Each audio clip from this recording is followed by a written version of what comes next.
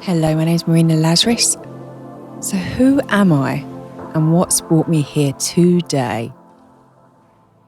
I was born on Valentine's Day and I looked for love outside of myself. I believe life is a journey, but my true healing is when I've come to truly understand that love is who I am. And I've stopped seeking love outside of me. I want to help you do the same thing and transform your relationships into loving ones and your life into one of the most loving, peaceful lives you've ever had. With a little bit of sparkle on top. So I will be looking at lots of different themes in this podcast, from love, relationships, and sex, and how to live a more fulfilling, peaceful, and loving life. Who am I? I have to be totally honest with you. I absolutely detest that question.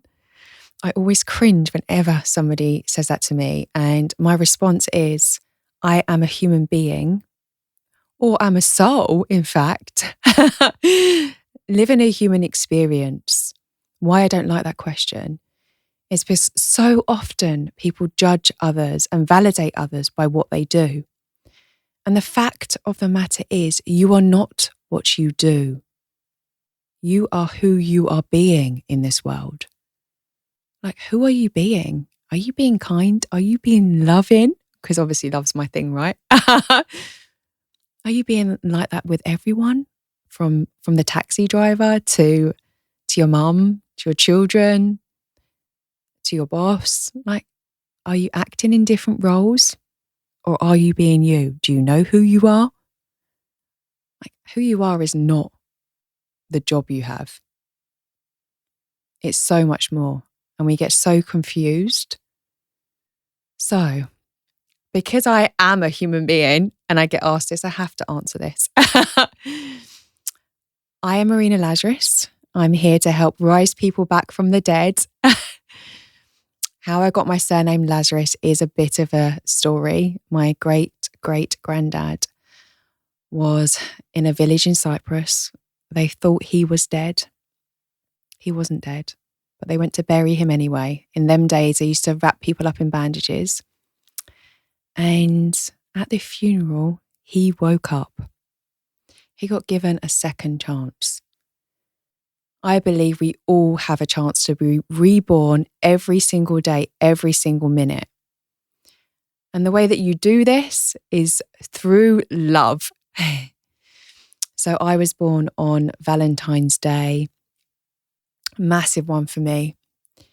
And I was born into a family of immigrants. My grandparents were from Cyprus, and my other grandparents were from Ukraine and Ireland.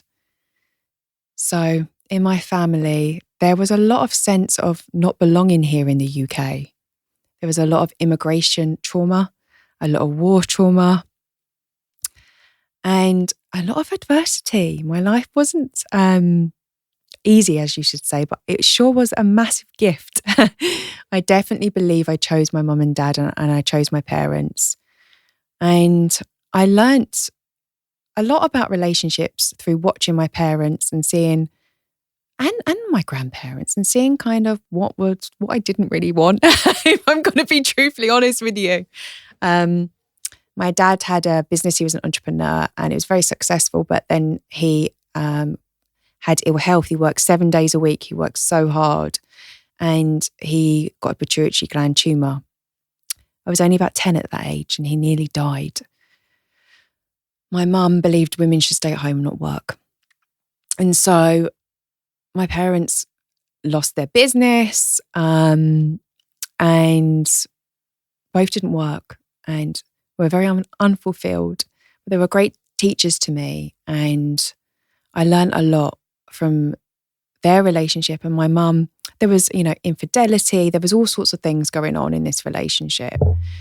And I was a coach and an actress get through my childhood. I coached and counselled my parents. And that was my role. I kind of counselled everyone from my grandparents to my parents. And there was a lot of trauma that I worked through. And one of the greatest gifts for my parents was, I think my dad taught me at a very young age, you are not what you do, that you're a soul. And he's such a spiritual man. When I look at it, it's taken me up to now. This is like so important for me that Valentine's Day is coming up. It's my birthday. I'm going to be 40. And I never forget my dad saying to me, Marina, life starts when you are 40. And I used to look at my dad, he was my hero. You know, I used to go, he was a painting decorator. He had a painting decorating company. So I used to go on site with him. And he was, the way he used to talk to everyone, he was my hero. And I just never forget, Marina, life starts when you're 40. And I thought, great, my parents' life's going to start. They're going to be happy. They're going to, be loving to each other. I made all these posters and made a party for them. I never forget it. It feels like yesterday. And their life never started. It never started when they were 40. So it actually sends shivers down my arms and my legs as I say it, because it's so important for me for people to rise right now. I have learnt psychology, coaching, hypnosis, stuff around mindset, stuff around positive psychology, NLP. And I believe I have a method to help you rise right now, whatever age you are. Tomorrow is a new day. You can change. You can have anything you want in this life. You can create it with a loving heart. The time is now. It's always now. And I'm so passionate about delivering this content to you so you can learn from my mistakes, from my perspective. And I believe that nobody is a guru. I believe that you will find your own way. I believe in sharing my experiences with you and giving this gift to you for my 40th as a way to share with you what I've learned on love, relationships, and sex, so that you don't have to maybe experience some pain that I've experienced, although I've grown and developed and it's been such a gift, hands up. But so that you can then go, and maybe so you don't feel alone as well. Because I think lots of these challenges, we often feel alone.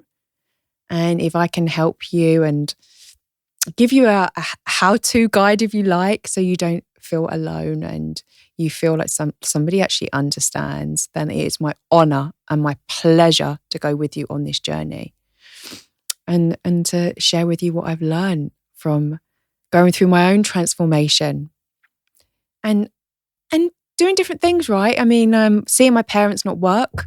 I was a top performer from the age of 15 in sales. Wherever I went, I was top performer.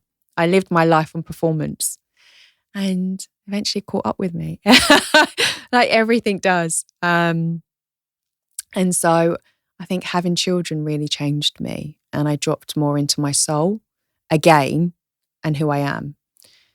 I would say I was always connected to my soul from like a very young age. I was like very spiritual and very in tune. But as we do when we're teenagers, sometimes we disconnect or it's too overwhelming.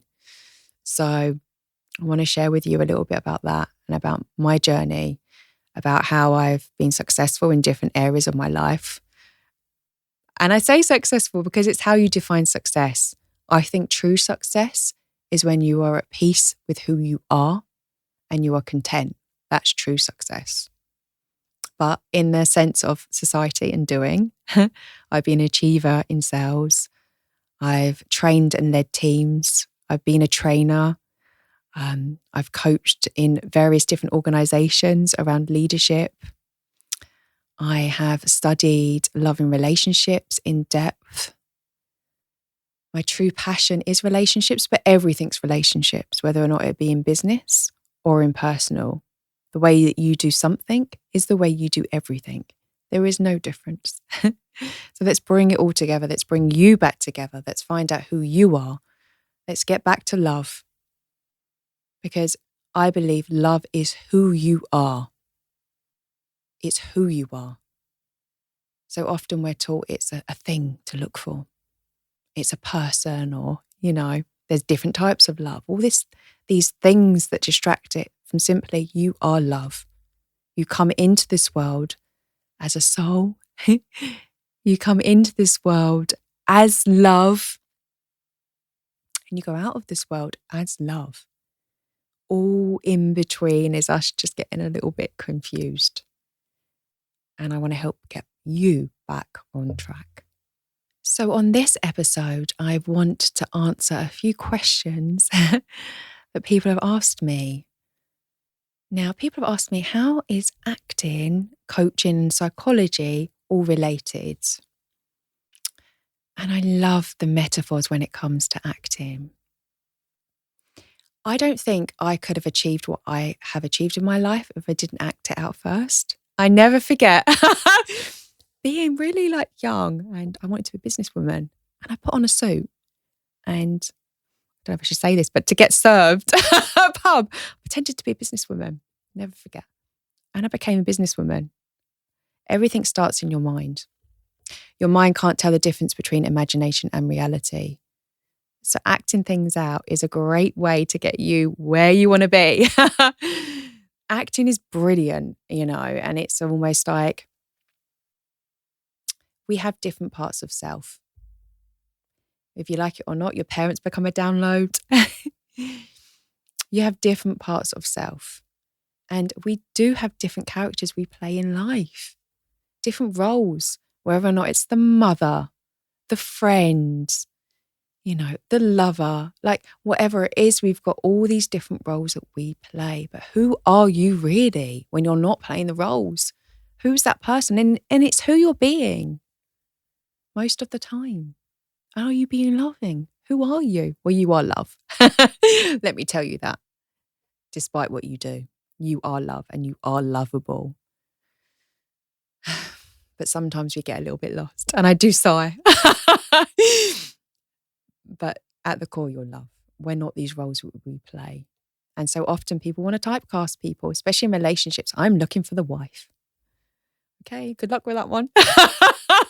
When you realise that you want a little bit of not the wife sometimes. It's so true. It's just people think they want to put people in boxes. I'm here to get the boxes gone. Let's get rid of all these typecasts. Who wants to be typecast in real life? We're human beings. We adapt to different situations. We might have a role we might have played. That doesn't mean that's who we are. That's not who you are. You are love. That's who you are.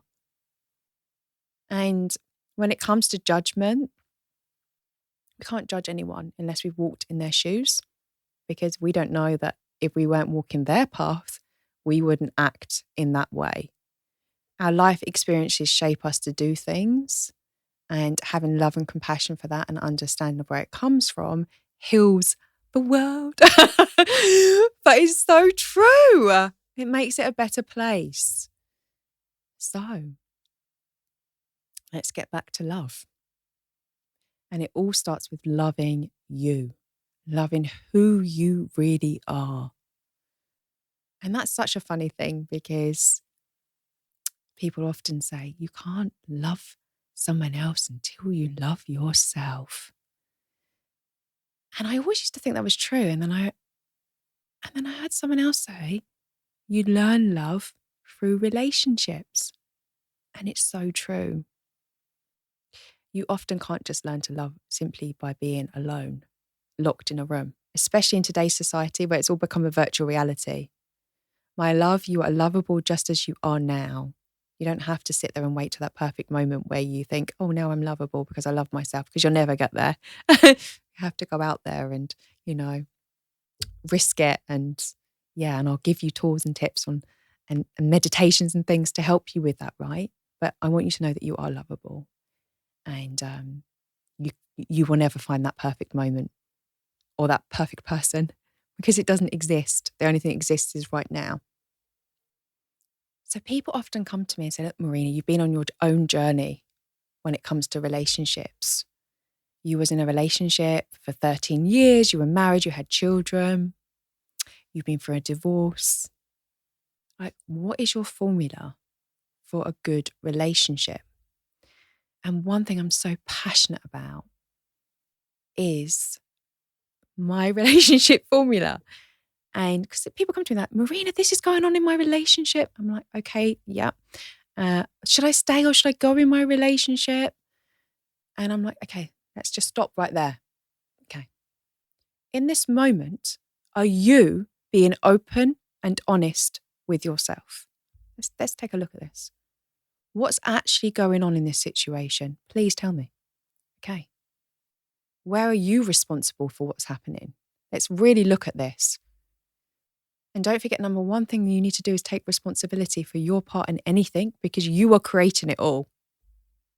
No victim and villains in this room. Thank you very much. You are the creator and master. But hey, let's have a look at this. Right. Okay. So now we've been open and honest with the situation and you. Let's move this along. Now you have to be open and honest with the other person. So often it's hard for people to be open and honest. That vulnerability, people often go into a trauma response, which is fight, flight, or freeze.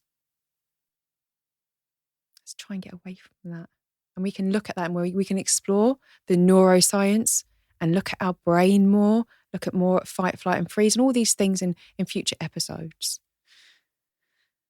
But let's step into it, be confident and be honest with someone from our heart space.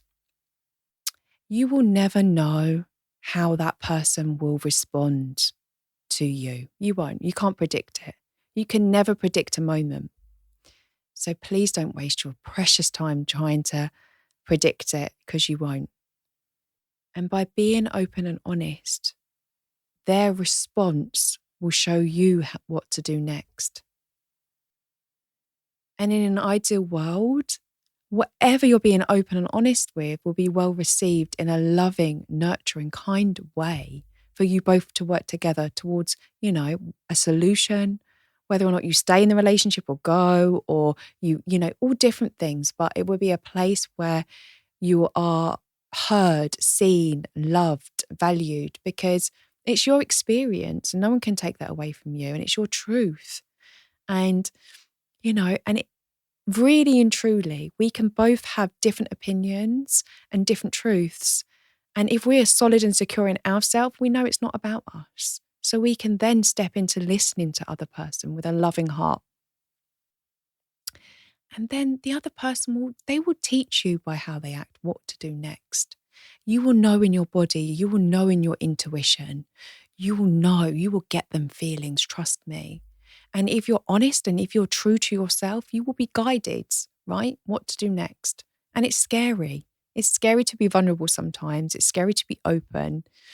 It's scary to lose attachment. But really by doing that, it's like you have to lose attachment to the outcome.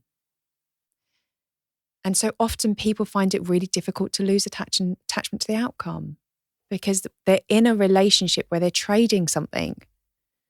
Often they're trading financial security or some other form of trade where they've got into this relationship and then they feel like if they talk their truth, they're going to be at a loss somehow because there's something there. So I'd say lose attachment, that person might stay, they might go, they might react badly, they might not, but you'll only know. And really the best place you can be is really content within yourself, which you're in a vibrational place where you feel really good when you're having these conversations and content. Because if you're saying it in a place where you're like, angry, then you're going to create more of that, right? But if you're already quite, content and you're just saying, look, this is just my truth. I want you to know because this is how I feel. And you're already in a good place, then you'll never go wrong because you're saying it with a pure heart. And losing attachment's really big because it's when we're attached to outcomes, like I really want to stay with this person or I really want to do this and I really do that. You're not really in flow. You're like restricted. You're trying to control things. And really a life is a balance between, letting go and holding on. You need a bit of both, right? But really, really do let go, because you can never really control anything. I think if the pandemic and life in general has showed us anything, is that you can't control anything really, apart from who you're being. And if you're being loving and you're being kind, that's the most beautifulest thing you can give anybody. So to summarize that, you're always open, honest with yourself. So I've made a little triangle. Then you're open and honest with the other person. You lose attachment to the outcome, because you will never know how someone's going to respond. And what they do teaches you how to move forward. And if you live your life like this, you will have a peaceful life. You will be able to look at yourself in the mirror, and you will, no matter what happens, you will become your own best friend. And that's what I want for you. It's like that self-love. It's like, I love who I see. And it's not about the outside, it's about the inside. It's about your heart, because your heart will remain pure. And there's no right or wrong in relationships. If you want to stay or you want to go or you want to explore different things or whatever you want to do, that's all okay. And it's all okay to always speak your truth. And just don't be attached. So that's my main bit of advice. And, so often people say, oh, we're staying together because of this or because of that or because of the children or because of so many different reasons. The reason why people stay together that don't want to be together is out of fear. Children feel that vibration and it affects them more. I was a child in that. Parents stayed together for us. And that was a heavy burden. Heavy burden. The heaviest burden I had as a child was feeling the weight of my parents not living a fulfilled life and not seeing a loving relationship and feeling that was my responsibility.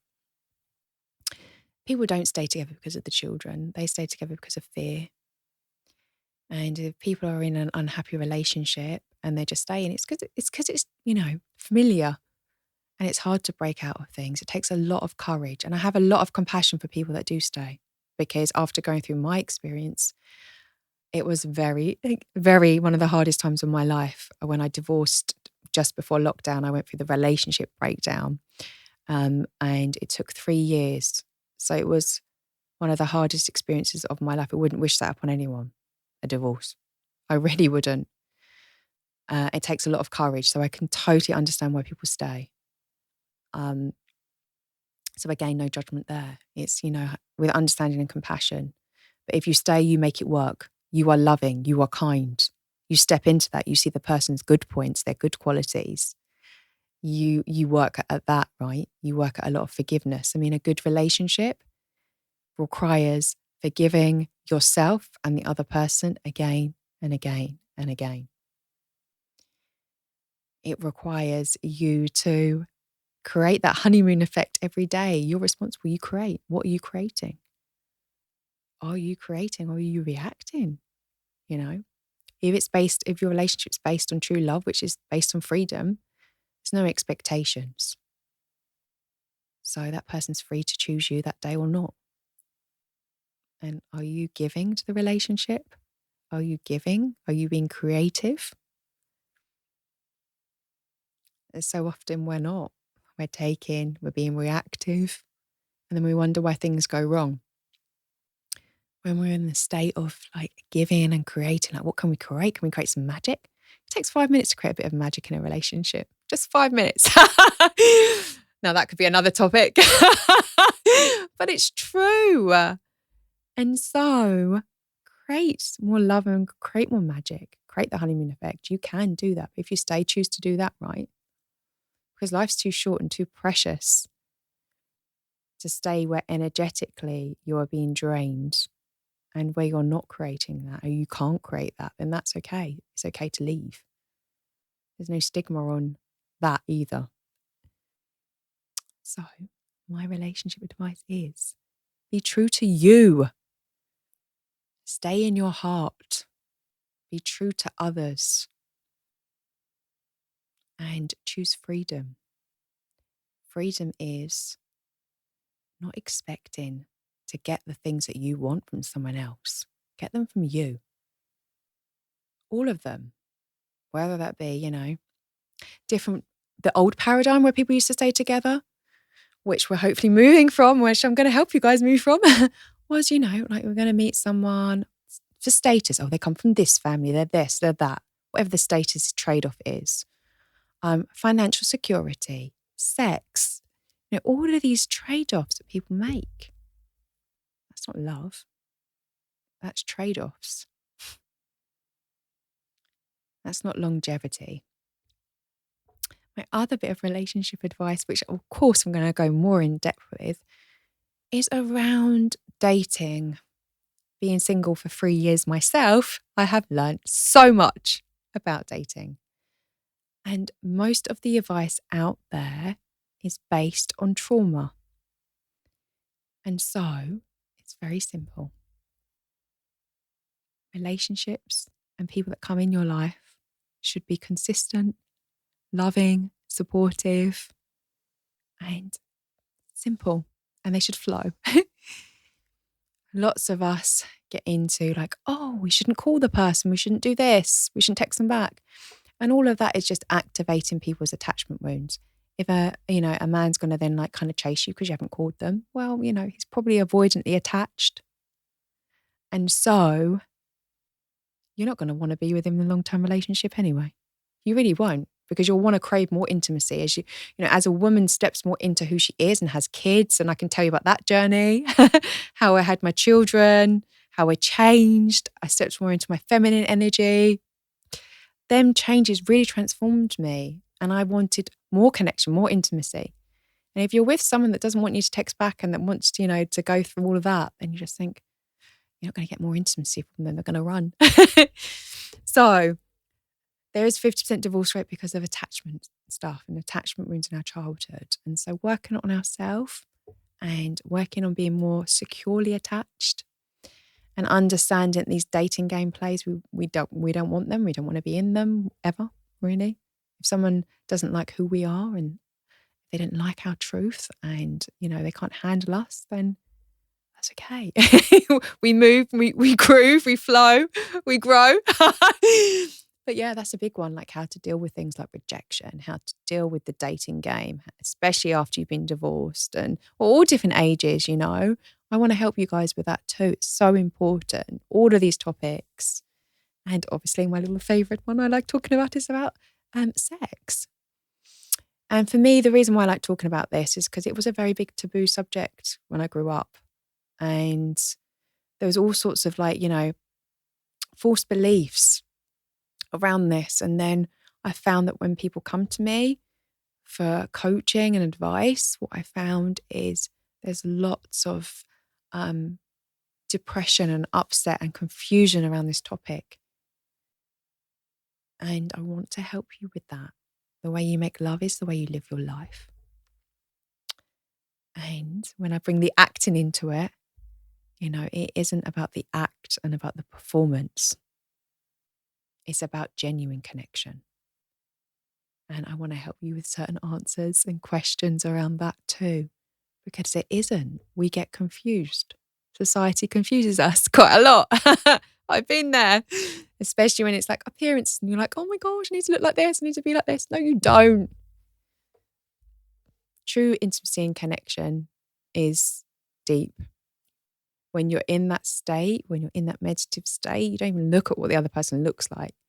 And you can never preempt it or predict it. And the reason why I want to talk a little bit more about this, because it really frustrates me when I've spoke to guys and they said, I read this book and I read that book and this is what a woman wants. I'm like, they start talking about polarity. I can't even say the word properly. But they're like, they start, and I'm like, oh my gosh, they really no one's talking about this. No one's talking about what true intimacy is, what true love is, what depth is. They're giving people like a how-to manual. And, everyone's different. We're all different. There's not two people the same. That's why I say, I tell you my experience, but you might learn little bits of it and go, I want to use it like this. Great. You're you. Nobody will know you 100%, but you. That's it. That's the fact in the matter. So don't let somebody else tell you who you are. And you will never be able to predict who someone else is. But if you create magic in moments and you step into the moments, that's where the magic is created. That's where greatness is created in every area of your life. And I'm very excited to talk to you about all of this.